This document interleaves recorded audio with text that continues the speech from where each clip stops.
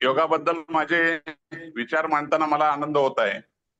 हा उपक्रम म्हणजे एक अतिशय महत्वाचा असा कार्यक्रम आहे जे आपल्या देशाचे पंतप्रधान श्री नरेंद्र मोदी साहेब यांच्या भारताला विश्वगुरु आणि निरोगी भारत बनवण्याच्या स्वप्नाची पूर्ती करण्यास मदत करेल असा माझा विश्वास आहे।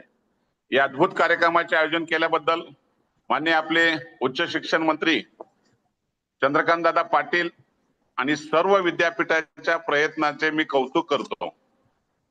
आपल्यापैकी बरेच जण योगाला फक्त शारीरिक व्यायाम किंवा मानसिक उपचार म्हणून पाहतात।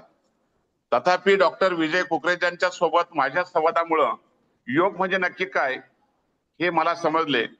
खरं तर योग ही एक जीवनशैली आहे जी आपल्याला खूप फायदेशीर ठरते। चांगले आरोग्य, एकाग्रता वाढवणे, मानसिक स्पष्टता आणि कार्यक्षमता वाढवणे, वर्तणूक सुधारणा करणे, अडथळ्यावर मात करणे, आत्मविश्वास वाढवणे, नाविन्यपूर्ण विचारसरणी, सर्जनशीलता आणि चिकाटी विकसित करणे इतक्या विविध स्तरावर योग काम करते।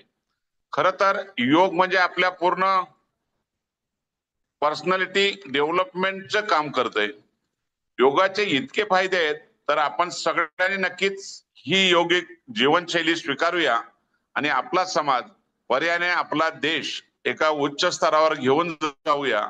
योगाचा प्रचार करण्यासाठी आमच्या बदलापूरचे डॉक्टर विजय कोकरेजा यांच्या प्रयत्नाचे मी कौतुक करतो आणि त्याचे फायदे आपल्या नागरिकांपर्यंत पोहोचतील अशी मी आशा करतो।